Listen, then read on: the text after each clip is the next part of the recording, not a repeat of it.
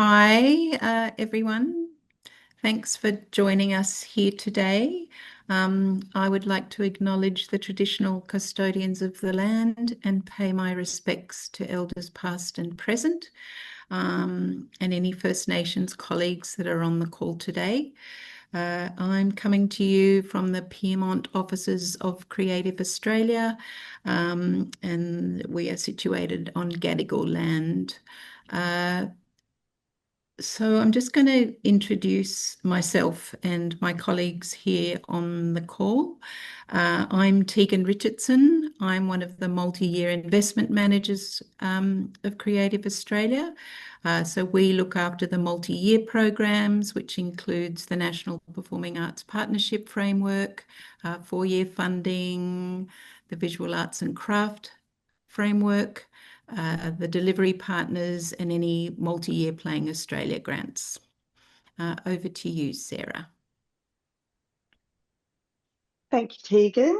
Hello, everybody, and thanks so much for joining us today. We are really excited to be finally launching this initiative, and hope that we are able to answer many of your questions that you might have today. Today's session is designed to give you an overview of the program. So myself and Annette Madden will do that. Annette, did you want to just introduce yourself as well? Sorry, I forgot to say, I'm the head of dance and multi-arts at Creative Australia, and myself with my colleague Annette Madden, we take carriage of Playing Australia and sit in on all the meetings that we have here, and so we are the leads for this program. Annette, did you want to introduce yourself? Thanks, Sarah. Hi, everyone. I'm Annette Madden. I'm the head of theatre. As Sarah said, working closely on Playing Australia among kind of broader theatre strategy. And I'm joining today from Guyamagal country, and very much looking forward to hearing some of your questions, but hopefully we can get ahead of some of them and answer some through our discussion first. Thanks, Tegan. Okay, so we would ask that you wait to hear the discussion in case we answer your questions. We will speak probably about 20 to 30 minutes, and then we'll leave 30 minutes for questions. But if you wait, then we may answer the questions in what we present to you, and then certainly post them in the Q&A part. Over to you, Sarah. Thank you. So as I said, today's session is going to give us just a little overview of the program and that dedicated time at the end that we have for the questions. We have tried to anticipate what some of your questions might be, and there is a lot of detail here, and of course a lot of detail in the FAQ on the website. And that FAQ has been developed both internally and then also with some questions already coming from the outside. So please, we do encourage you to have interrogate that, and hopefully most of what you need to know will be included in the work that we have already done. So the first thing to say is this is a Playing Australia program, but it's not Playing Australia as in the touring program. So there is a difference, and there are different guidelines, and there will be different requirements within it. So it still needs to deliver on the regional and remote outcomes, just as Playing Australia does. But it's not designed to support regional touring activity. It's the delivery of actual tours will still be, or can still be, supported by Playing Australia project investment. The Playing Australia Audience Development Program repurposes funds that had previously been directed through Playing Australia multi-year investment to non-national performing arts partnership framework organisations, of which there have been 3, and that program ends at the end of this year. So this is not new money. It is a repurposing of money that was already within the sort of broader Playing Australia envelope, and it doesn't take away from the existing envelope of money that is designated for touring. There'll be up to 3 grants awarded through this program of up to $300,000 a year for 2 to 3 years. So that envelope per annum is roughly $900,000. The program has been developed and responds directly to an identified need that's come out of the touring sector. There's been many, as I'm sure plenty of you will know, many scans and reports and consultations that have been done over the past few years. And this opportunity really is sort of built out of that identified need that we have seen. Piloting new ways of collaboration is one of the key ways in which the sector has told us that they really want to or need assistance. So those scans and reports have demonstrated that the sector is calling for changes to be made to Playing Australia to support different types of activity, including audience development in regional and remote communities. As many of you will probably be aware that there were other changes that people were calling for to be made to Playing Australia for the touring aspect, and we have changed the guidelines there. If you haven't put in a Playing Australia application recently, I would urge you to go and have a look at what those updated guidelines are, just to make sense of it all, and also just to confirm that you are indeed applying in the right category. So if it's a tour, it sits there. If it's audience development, then it will sit in this area here. The program will support targeted sector-led strategies for audience development and engagement, which could include an investigation of consortium models, but that's not the only model that we would expect to see coming in.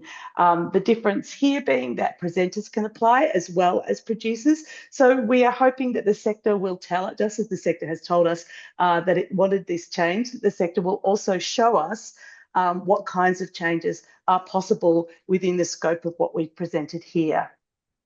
The program seeks in part to explore and build evidence for the efficacy of new ways of working to strengthen the impact of Playing Australia for audiences and communities. I'm going to hand over to Annette, who will go into a little bit more detail now about the program itself. Thanks, Sarah.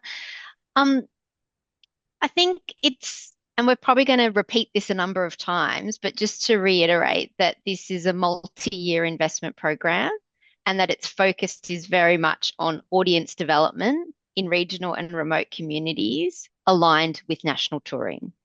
So as Sarah said, if you're here today because you've got a particular tour that you want to get up, then this probably isn't the right fit. But you should definitely reach out to an artist services officer and have a conversation about your touring activity. And, you know, I think really thinking about, you know, what is a multi-year proposal that speaks to audience development over that time. Again, as Sarah said, the focus is on regional and remote communities and being able to kind of build and develop audiences in those contexts. Because it is coming from the Playing Australia budget and it is aligned with Playing Australia, that's where that element of the audience development needing to be aligned with national touring. That's where that part comes from. So I think it's really about, in thinking about audience development, how might we turn our attention specifically to building audience engagement in regional and remote communities alongside this touring activity? And I guess as applicants, really thinking about what is needed in your context or within the group or consortia that you're working with or talking to, what is really needed to develop and grow audiences in those regional and remote communities? So the touring element, which the audience development strategy might be aligned to, now that might be already funded by Playing Australia, or that might be work that might be funded by Playing Australia in the future, or it might be touring work that is not funded by Playing Australia. And all of those scenarios are perfectly fine. As I said, because this is a complementary program to sit alongside the support that goes to touring via the Playing Australia project investment. You don't need to meet those 3 critical criterias that are part of the Playing Australia project investment. So you do not need to demonstrate that you have 3 or more locations outside of the home state. You do not need to have a confirmed itinerary because they're likely it isn't in that format necessarily. And you do not need to demonstrate that it is a majority of 60% of regional or remote. But having said that, you absolutely do need to demonstrate how you are delivering on the impact for regional and remote audiences and communities as part of your proposal around audience development.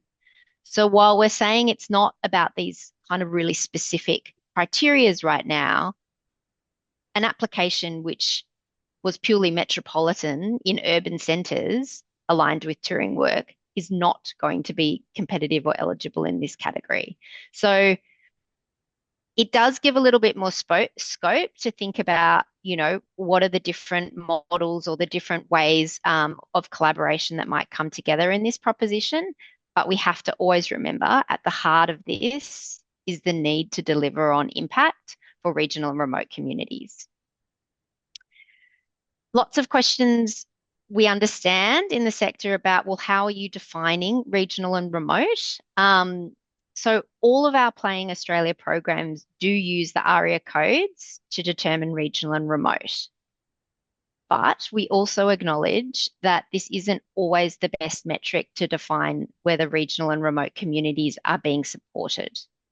So we will take a common sense approach, but again, as applicants, you need to demonstrate how you're engaging in developing those regional and remote audiences and the impact that your proposal will have, specifically because in the assessment of this program, regional and remote impact is a key consideration under the equity criteria, which is something that the industry advisors will be looking at when they're assessing your applications. And so they're going to be looking at a suite of applications and they're going to be weighing up the impact on regional and remote communities across that suite of applications. So thinking about where you might fit in the spectrum of things that could be applied for in this category. The reason that this program is a multi-year investment program is because audience development takes time. And we know that activities, targeted towards audience development, they might need to be staged, and that the activities might look different in year 1 than what they do in year 2 or year 3. That you might have a success in a particular area and then want to lean into that or expand upon that after trialing it in the first year. We also know that there are absolutely no simple answers in terms of audience development strategy, and that one size doesn't fit all. And that for the successful applicants, we understand that there will likely be experimentation in approach, that there will be learnings and adaptations over the life of the investment. And this is why it's really important that in your application, you're clear about how you will track progress against your goals, so that you're able to identify where things are working, where things need to shift, and continue the trajectory towards the KPIs that you're setting yourself in terms of this is the kind of growth or engagement that we want to see in these communities. So to give you an idea of the kind of range of things that we're thinking we might see come in terms of who might be applying, applications could be from a singular applicant who's undertaking a single organisation who's got a really strong audience development strategy or program that they want to deliver that's specific to their particular region. We might see a consortium of organisations working together, and that could be a consortium that spans multiple states and territories. Or we might see a consortium from just within one state or territory. All of those things are applicable and valid in this context. Again, I'm coming back to the point that the applicant needs to make the case for the regional and remote impact. and the audience development outcomes that will be relative to their proposal. Remembering that things like confirmed partners are always going to strengthen the viability of an application. And really remember to keep coming back to the assessment criteria, which is published in the guidelines, because this will give you the best guide for what the industry advisors will be looking at when they're assessing your application. I wanted to touch a little bit on the specific piece of support material that we've asked for, which is the audience development strategy. So everyone must include that as a piece of compulsory support material. This audience development strategy should provide a detailed plan for how you intend to engage and grow audiences. So you can determine what's the best format for that strategy, but some of the kind of key areas that might help you build the narrative might be to sort of start with, well, where are you now? What is the context? What does the audience situation look like now?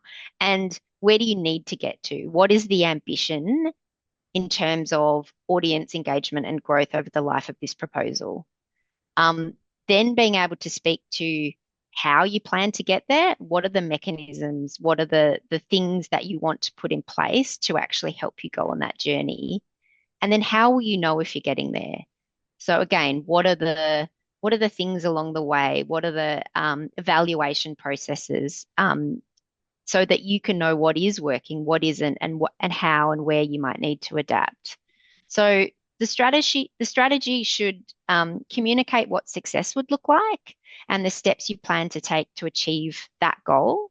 And this might include things like a description of the current environment and what you're hoping to achieve, activities or the actions planned, the rationale for why the plan is proposed and why it's important, the rationale for who will deliver the plan. So who are the key people involved in this proposition and why are they the right people to deliver this work? Identification of key milestones, identification of mechanisms to measure progress and to track outcomes, identification of contingencies and to adapt to challenges or changes, and any other relevant information that you think we need to know that will support this strategy. As part of that, we do want to see a detailed plan of activity, but acknowledging that with a 3-year proposition, you may have a clearer sense of what year 1 is going to look like. So that can be a detailed activity plan with years 2 and 3 kind of might be more sketched out, or you might talk to what some of the different options might look like, but understanding that there will be this an element of an iterative process in the following years. So as Sarah said, you can apply for a program of activity which lasts 2 or 3 years, and you can apply for up to $300,000 per year. Any activity which can demonstrate audience development in regional and remote communities that is aligned with national touring activity can be considered. So there isn't a right or a wrong way to approach this. Again, you'll just need to make the competitive case for why this proposal will have impact. As part of the application, you will need to provide a budget, and there's a specific budget format for this one.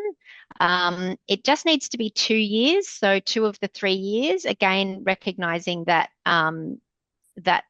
that we want to get a sense of where the investment will be expended, and if there is co-investment or partnership that's bringing additional investment to this proposition, and who the partners at the table are in that sense. But we acknowledge that over 3 years there will likely be shifts and changes in the budgets. But so we just want to get a sense of that, 2 years of activity.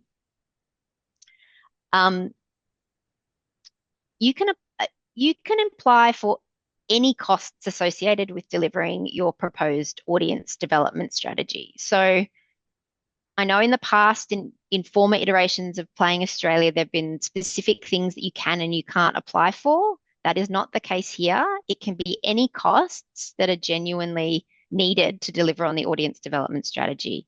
So that can include things like the employment of new roles or engaging specialist advice, because the program is intended to extend the sector's capacity around audience development. So if that means bringing new people in to deliver activity that you haven't had capacity to do in that way, then that's absolutely fine as part of this proposition.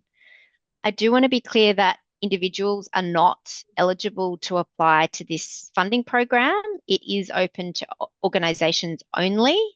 And as we said before, individual organisations can apply, or a consortia of organisations can apply. If you are applying as a consortia, one organisation does need to be the lead applicant of that submission. We're also,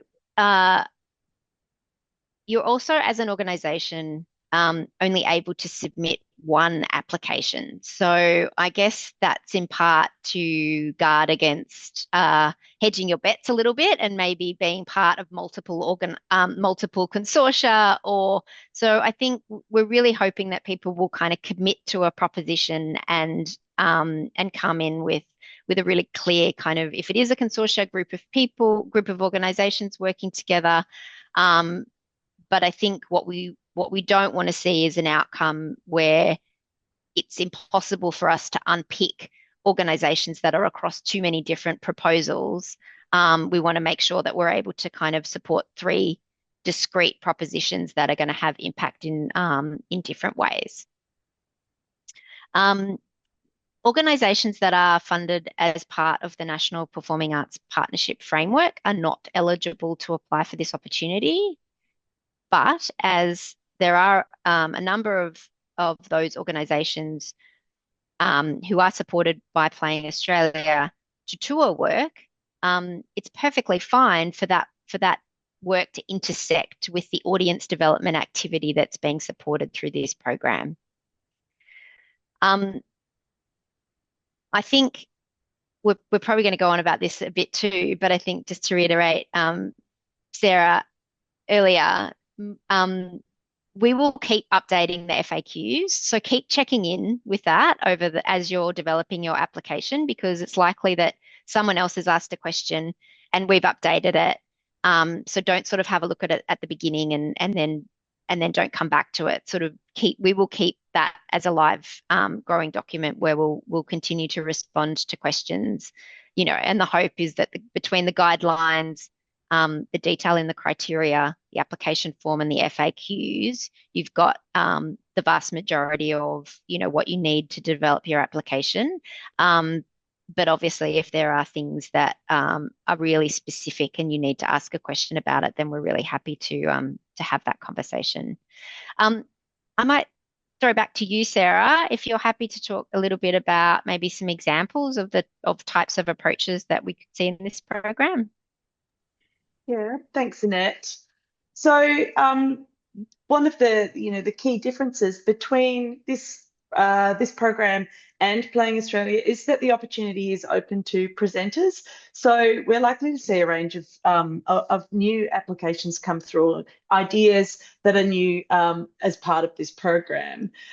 If you are in doubt, you can, again, check that FAQ or get in touch with us. But within the guidelines, the sorts of things that we are anticipating we might see coming through would include things like a producing organisation who applies to take their work annually to the same network of presenters over 3 years. In doing that, they'd be able to undertake a deep and ongoing community engagement, which would, help develop audiences for them as an organisation, potentially for their art form as well, and grow their audience base through that repetition over those 3 years. As we've mentioned, we expect that a consortia of presenters working together will come into this round to provide linked up opportunities for their communities. They could be touring work that they have programmed or commissioned themselves, so that regional to regional engagement might be something that you consider, and then sharing amongst organisations within that consortia some of the audience development strategies that they have built. we might see a presenting organisation apply for support for the delivery of a comprehensive audience development strategy for their local region, including dedicated staff for audience development.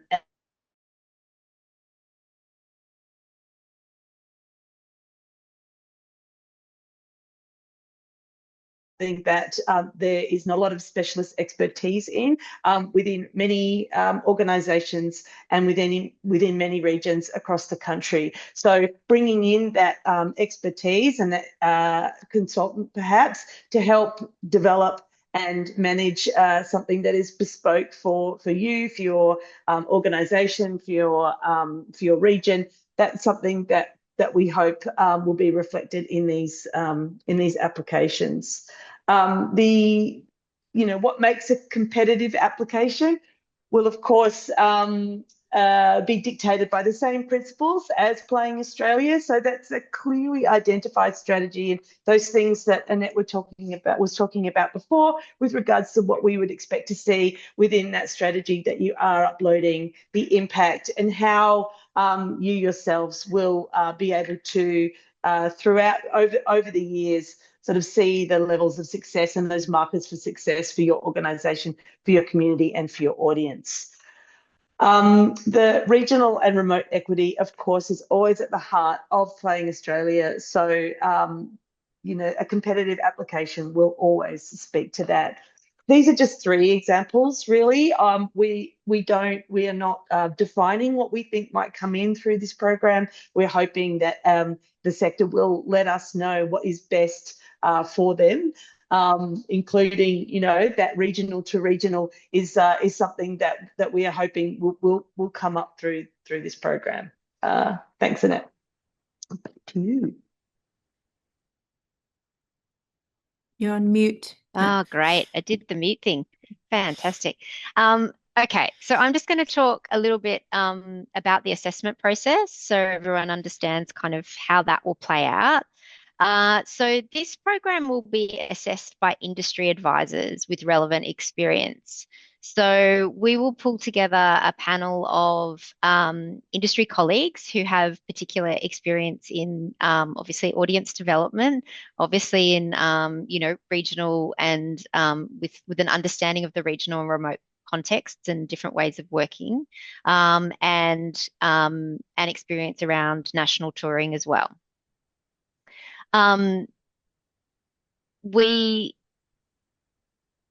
So those industry advisors will assess all the applications against the published criteria. And I suppose this is why we keep saying, go back to the criteria and see how your proposal is aligning clearly with the elements of the criteria.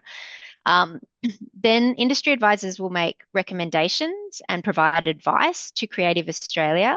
But in an industry advice process, it is Creative Australia who makes the final determination on the funding allocation. So this is different from peer assessment in the sense of peer assessment being where peers based on the peer scoring, the budget is applied to that final ranking. Industry advice is often used with programs like this where it is a multi-year investment and where it's very much about engaging with strategic priorities of Creative Australia and how we can make sure that we're delivering on our key strategies through the deliveries of these programs. So absolutely, we will make sure that there is the right expertise, and as part of that, also making sure that we have a range of art form expertise in that conversation too, because obviously this program is open, to all forms of performing arts in that sense. So,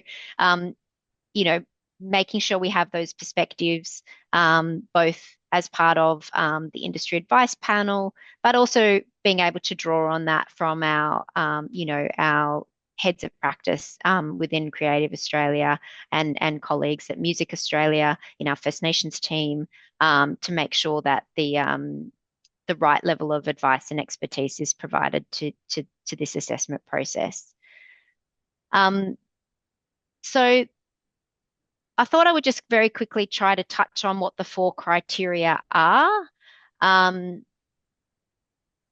So when you go into the guidelines, you'll see that there's the 4 criteria and there's a lot of dot points that sit underneath those 4 headings. Those points are examples of, I guess, what the industry advisors will look at in terms of your application, but you don't need to address every single one of them because, again, different proposals will have different areas of focus. And so some of the things clearly you will need to address, but others may or may not kind of sit within the scope of your application. So just quickly to run through a few of those points. So when we're looking at quality, we're looking at things like the quality of the audience development strategy, the activities and the proposed outcomes. We're looking at the experience and track record of the applicant or the consortia or the team assembled to deliver the proposal.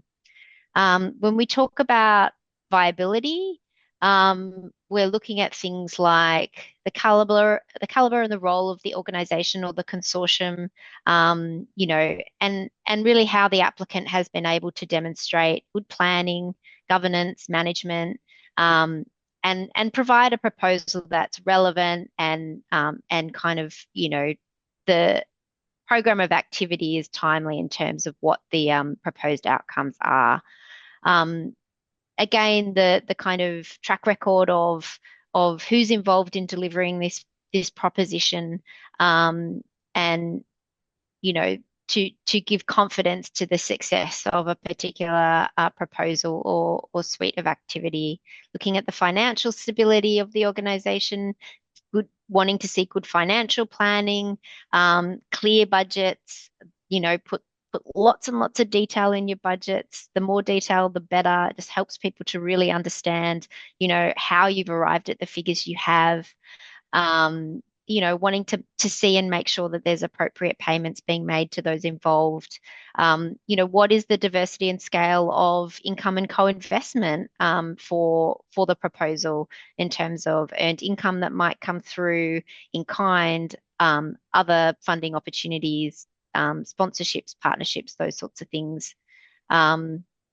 Thinking about whether the work is supported by a meaningful evaluation, looking at things like the safety and well-being of the people involved in the project, and evidence of appropriate consultation and engagement with participants, audiences, communities. We're obviously always looking at protocols and making sure that that there is evidence that the protocols for First Nations cultural and intellectual property in the arts has been adhered to, you know, that you've considered and addressed any access issues that are, you know, part of the proposal, and where relevant, you're thinking about the environmental impact of the activity as well. The next part's around equity, and again, we've touched on this a bit, but really at the heart of it is the regional and remote impact of the proposal, and how you might be able to evidence the relationships and conversations that you're having with partners and communities to support the regional reach of the activity.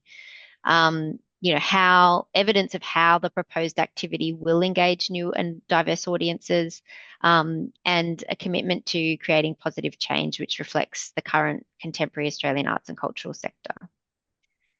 The final criteria is impact. So again, this is around the capacity of the proposed program to deliver and engage new audiences, impact for artists, for communities, for the organisations participating.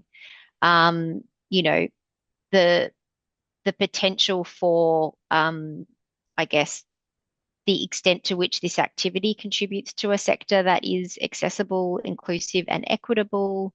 You know, are people involved in this project? Are they building skills? Are they growing their capacity, which can help the sector more broadly going forward in terms of what people are learning from these experiences and how that can be shared. You know, community engagement and the ongoing sustainability of the audience engagement strategy. You know, at the end of the 3 years of investment, what could this look like, or where might we be? And again, how the proposition and the activity is going to deliver on regional and remote audience development, how you're identifying the targets and how they'll be measured. So I guess at the end of the process, where, as we said, we're likely to have 3 successful applications. Those successful applicants will enter into a 3-year contract with Creative Australia, and they'll be required to then provide an updated budget and program of activity every year. And that's usually the trigger for the next tranche of investment to be released for the following year. So there's a forward planning piece, which is about here's the budget and activity for the year going forward. And then there's a reporting process, which looks at the year that has just concluded and, what the outcomes of the activity has been and, what the and the financials as well. So there also, with a program like this, is likely to be an element of some specific requirements around sharing the learnings more broadly with the sector, and that might be through things like case studies, but that's something that we will be negotiating with the successful applicants, because while we're only able in this context to give out three grants, obviously there is huge interest from the sector around audience development, and where we can sort of share some of the intelligence or learning from these types of investments more broadly, then there's benefit, for the sector at large through doing that. So I think that is very much enough for me. And I might throw back to Tegan to see if we've got some questions in the chat. Okay, so if you want to ask a question, please post it in the Q&A section. And remember, you can contact Artist Services as well, and they'll forward on any inquiries to me, and then we'll do our best to answer them. So the first query is regarding art form. It seems it's geared more towards theatre and dance, but would music be considered? Sarah? Sorry, on mute. Yes, of course. I mean, just like Playing Australia is open to music applications, this also is open to music applications. So it's not geared towards theatre and dance specifically. And please, Jordan, put in an application. The next question is around public school programs. So our programs reach a large number of public schools. In previous rounds, similar activity raised concerns that it might overlap with the Department of Education initiatives. Does working directly with schools make an application ineligible? Annette. That's a really great question. We do have some restrictions around Playing Australia that relate to working in schools, and that's really about So when we fund work for touring via the Playing Australia project investment round, we can't fund work that goes exclusively into schools because that's not a public outcome. So because Playing Australia is intended to be providing opportunities for a broader community, we can't support work that goes into closed environments like schools. Of course, if that's part of a proposition that and that's a community engagement element alongside a public outcome, then that's a different scenario. I think it becomes about what is the audience development strategy here in terms of how it's aligning with that idea of national touring with a public outcome. So I don't think we could consider a audience development strategy that was purely about going into schools because there isn't a public outcome as part of that investment. Okay, the next question is, are there any requirements re co-investment? Does the applicant consortia need to contribute a certain amount or level? Sarah. There are no requirements. There isn't a level that we are asking for. However, I think, as Annette has spoken to earlier, a diversity of income streams is always favourably looked at, and we would imagine that as part of this program, that you might be contributing money from your own organisation or from the venue or from perhaps from, performance fees. So while no, there is no requirement for co-investment, I would say that it would absolutely strengthen your application, depending, of course, on the model that you are putting forward. So yeah, I'd say that we'll probably take this on a case-by-case basis. And once you have a sort of a better understanding of the model that you want to put forward, I would imagine that there would be investment coming from elsewhere as well. Okay, thank you. The next question is, we run an annual one-stop 3-day music festival in central Queensland that is in a growth phase and has the potential to be the cornerstone of central Queensland live events. Does the up to 3 grants mean only that 3 grants will be awarded, and is that Australia-wide, and does that put people who potentially want to apply for their region at a disadvantage compared to those who might apply over multiple states? Annette. Thanks for that question. I'm just going to break it down into, because there's a couple of questions in there. So yes, there are only 3 there are likely to only be 3 grants awarded nationally. And that's because we've got a budget allocation of 900,000 a year for 3 years. So there could be more than 3, but that would require people to ask for less than 300,000 a year. So we're assuming that people are likely to ask for the maximum amount for the 3-year period. So that would be 3 grants. Each one of those grants receiving 300,000 a year for 3 years. And yes, that takes in, it is open nationally, and all things will be considered in that assessment process. Your question about a kind of localized regional strategy versus a kind of strategy with a consortia across states or even within one state.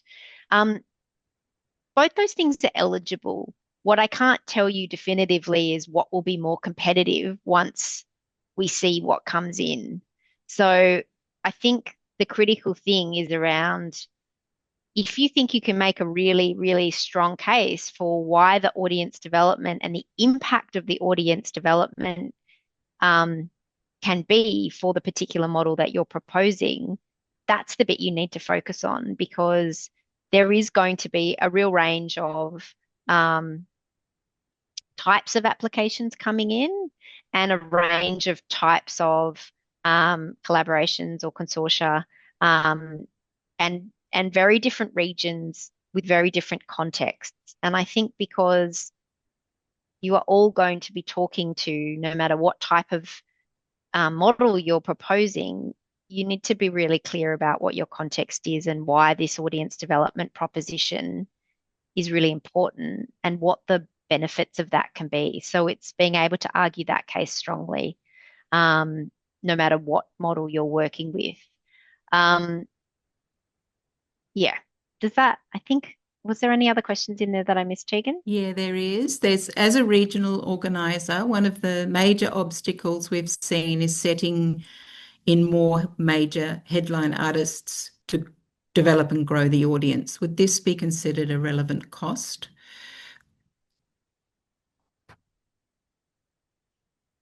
I think, okay, so if I'm understanding that correctly, that's about consideration for budget being used to have maybe like a higher profile act as part of a lineup. Again, I think you need to be really clear about how that's one mechanism. I think we would expect to see the audience development strategy encompass a range of different types of activities, not just maybe one singular one, but as part of a suite of opportunities in the audience development strategy. Again, if you can make a case for why that's where the investment needs to go, that's probably how you should approach it. But I do think you need to consider, you know, how we're thinking about the long-term impacts of the audience development in a community and not just around one specific event or opportunity. So, you know, how is it building over time, not just building for one particular sort of moment in time, if that makes sense. And there's one more question linked to this. Due to it being a one-spot annual event, this is not eligible for the touring costs. So would it mean that it doesn't align with national touring activity? So I think it's saying it's in one state, so it's not going elsewhere. Well, work could be touring. Work can be touring and you're part of one stop on a tour. So I think it's not necessarily that you have to be working with all the other partners, but I think it's about, I guess, coming back to this being a Playing Australia program. We are looking at what are the benefits of this is a complementary program to that program. So while we're not saying it has to be Playing Australia programmed work or Playing Australia funded work, I think it's about thinking about the touring ecology and how we're benefiting both the artists and producers that take work out on the road around our very, very large country and the incredible work that presenters and venues are doing to connect that work with audiences in, you know, increasingly new ways, but increasingly difficult climate. So I guess how we're seeing those two things work together is part of why this program has been created. So again, I think it's hard to kind of go to give a definitive answer. You really need to weigh up when you look at the criteria, how you can make a case against all those different points. Okay, thank you, Annette. Who were the 3 organisations that previously received funding, Sarah? Well, this is entirely new program, so no organisations have received any funding. Organisations receive funding through the envelope of money, but in a different program. So no one has received funding as yet. I think we've answered the next question. It's about how many projects will be funded. And another comment is just thank you, but have to run away to another meeting. Are small businesses in the music industry able to apply, Annette?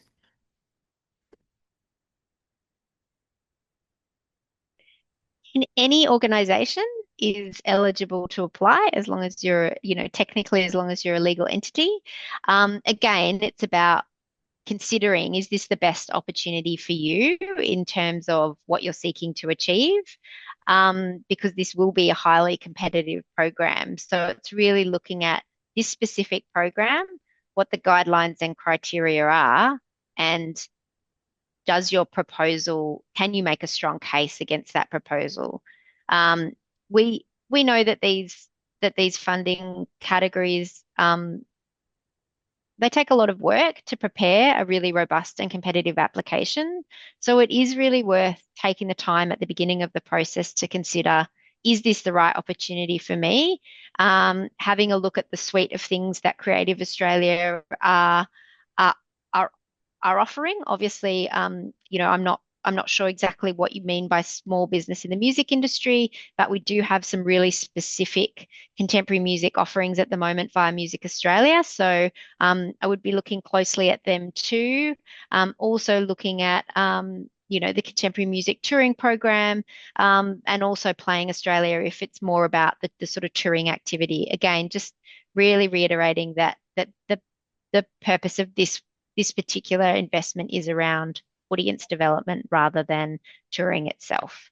But if you're unclear about whether your idea is a good fit, then you know, calling through to the artist services team and having a chat with them, they can help guide you. Like, have you thought about looking at this program? Or you know, so just making sure that it's a good fit and that you feel like you can really speak to the criteria and make a competitive case then any organisation is able to apply. Thank you. Can I confirm if local government authorities are eligible to apply? Sarah. Yes, they are. Easy. But I'm going to say I'm going to say one more thing on the local government authorities. They're absolutely welcome to apply, and we anticipate that they will.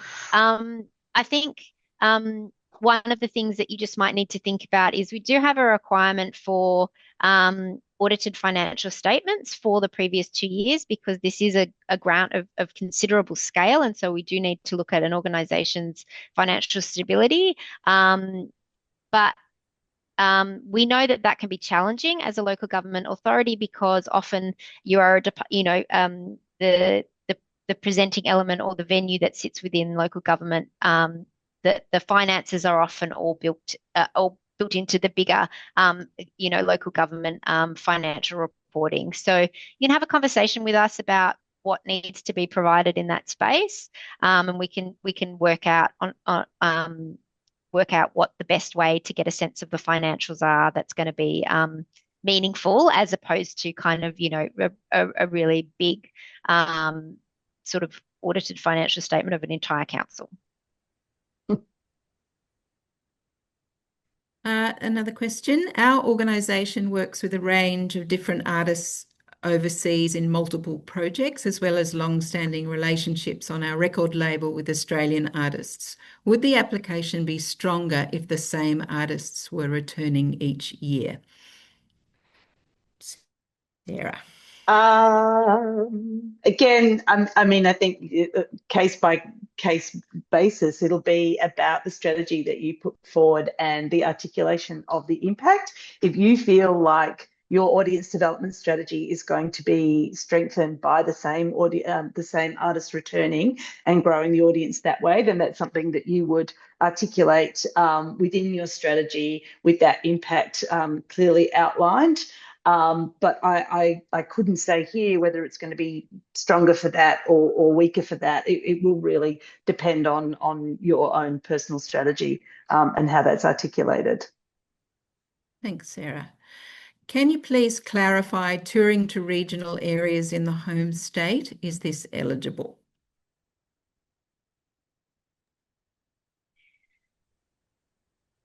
Okay, so sorry.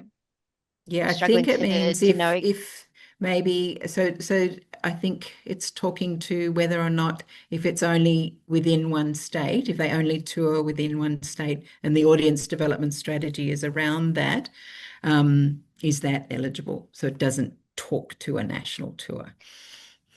In this context, we have, as I said earlier, we're not holding you to the same Playing Australia 3 locations outside of the home state. So yes, this can happen within one state, but again, the focus is on the audience development, not the touring activity. So, but it's okay for that touring activity to be mobile in whatever way it needs to be. It's, again, we're focusing on the audience development piece rather than the touring itself per se. Thank you. Are you open to strategies, proposals that seek to address systematic challenges with audience development, or does it need to be directly attached to presentation of individual touring works projects? Sarah. Sorry, I'm just reading that question again. Apologies.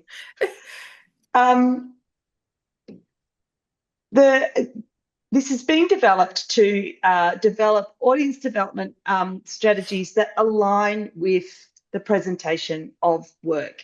If within that you want to develop strategies that address systemic challenges within audience development, and I think that, return to what we were saying before about, that you potentially might want to engage a consultant who helps you to develop an audience development strategy.